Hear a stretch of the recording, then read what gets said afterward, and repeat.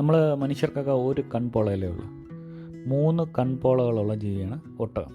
അപ്പോൾ ഇന്നത്തെ വീഡിയോ ഇവൻ്റെ ഇറച്ചി കറി വയ്ക്കുന്നതാണ്.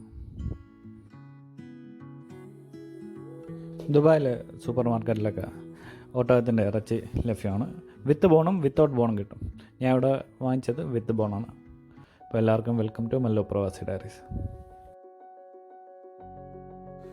പശു കാള ഇറച്ചിക്ക് നമ്മൾ വിളിക്കുന്നത് ബീഫ് എന്നാണ്. ഇനി പന്നി ഇറച്ചിയാണെങ്കിൽ അത് നമ്മൾ പോർക്ക് എന്ന് പറയും. അപ്പം ക്യാമൽ മീറ്റിന് വേറെ പേരൊന്നുമില്ല, ഇത് തന്നെയാണ് എൻ്റെ പേര്, ക്യാമൽ മീറ്റ്. ഞാൻ വാങ്ങിയത് വിത്ത് ബോണാണ്, മീറ്റ് വിത്ത് ബോണാണ്. അപ്പോൾ ഇതിന് ബീഫ് പോലെയല്ല. ബീഫാണല്ലോ നമ്മൾ നോർമലി കുക്ക് ചെയ്യുമ്പോൾ ഏറ്റവും കട്ടിയുള്ള ഇറച്ചി. അതിൻ്റെയൊക്കെ 3 ഇരട്ടിയാണ് ഇതിൻ്റെ ഇറച്ചി, ഒട്ടകത്തിൻ്റെ ഇറച്ചിയുടെ കട്ടി. അപ്പോൾ 14 വിസിലെങ്കിലും അടിക്കണം കുക്കറിൽ.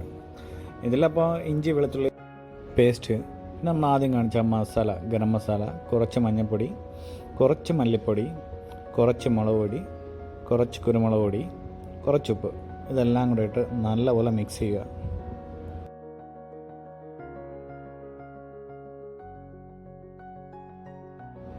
മീറ്റ് നല്ല കട്ടിയുള്ള മീറ്റാണ്. അപ്പോൾ നമുക്ക് ഒന്നിൽ നാരങ്ങ യൂസ് ചെയ്യാം, അല്ലെങ്കിൽ വിനീഗർ യൂസ് ചെയ്യാം. ഞാൻ ആപ്പിൾ സിഡർ വിനീഗർ യൂസ് ചെയ്യുന്നത്. ഇത് കുറച്ചുകൂടെ നോർമൽ വിനീഗറിനെക്കാട്ടിയും കുറച്ചുകൂടെ ഹെൽത്തിയാണ്. മസാല എല്ലാം ചേർത്തതിന് ശേഷം അതൊരു അരമണിക്കൂർ വെച്ചിരുന്നു. പിന്നെ 1/2 ഗ്ലാസ് വെള്ളത്തിൽ കുക്കർ കയറ്റി 14 വിസിലടിക്കണം. 14 വിസിൽ. നല്ല സൂപ്പർ കട്ടിയുള്ള ഇറച്ചിയാണ് ഒട്ടകത്തിൻ്റേത്. അപ്പോൾ ആ ടൈമിൽ ഉള്ളി, തക്കാളി, മുളക് ഇതെല്ലാം അരിഞ്ഞ് ഇഞ്ചി വെളുത്തുള്ളി പേസ്റ്റാക്കി അത് മൂപ്പിച്ച് വാട്ടിയെടുക്കുക. ഇടയ്ക്ക് സ്നാക്സ്, കപ്പൽ ന്യൂട്ടായി. എനിക്ക് കൊളസ്ട്രോളിൻ്റെ പ്രോബ്ലംസ് ഉണ്ടായിരുന്നു, ബാഡ് കൊളസ്ട്രോൾ കൂടുതലായിരുന്നു. അപ്പോൾ ഞാൻ യൂസ് ചെയ്യുന്ന ഓയിൽ എന്ന് വെച്ചാൽ ട്രാൻസ് ഫാറ്റ് ഫ്രീ ആണ്. ചിലർക്ക് റെഡ് മീറ്റ് കഴിച്ചാൽ അലർജിയാണ്. അപ്പോൾ ഒട്ടകത്തിൻ്റെ മീറ്റിൽ ആ പ്രശ്നങ്ങൾ വരാനുള്ള ചാൻസ് വളരെ കുറവാണ്. പിന്നെ കൊളസ്ട്രോളിനെ പേടിയുള്ളവർക്കോ, കൊളസ്ട്രോൾ വരുമെന്ന് പേടിയുള്ളവർക്കോ ഒക്കെ കഴിക്കാൻ പറ്റിയ മീറ്റാണ് ഒട്ടകത്തിൻ്റെ ഇറച്ചി.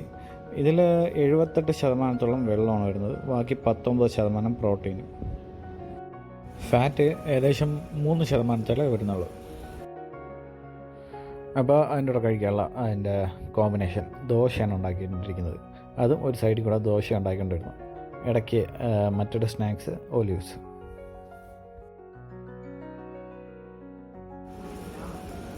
ഞാൻ മൊത്തത്തിൽ 14 വിസിലാണ് ഇതിനടിച്ചത്. അപ്പം 14 വിസിലടിച്ച് കഴിഞ്ഞപ്പം ഇറച്ചി ഉടഞ്ഞൊന്നുമില്ല, ഇറച്ചി എല്ലിന്നൊക്കെ വേർപെട്ട് ഈ പരുവായി.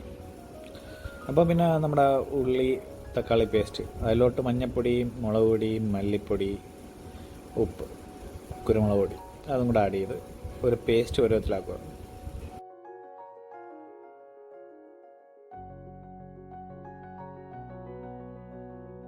ഈ ആഡ് ചെയ്ത മസാലകളിലെ അതെല്ലാം ഒന്ന് മൂത്തതിന് ശേഷം നമ്മുടെ കുക്കറിലിട്ട് അടിച്ച് ക്യാമൽ മിക്സ് ചെയ്യുക.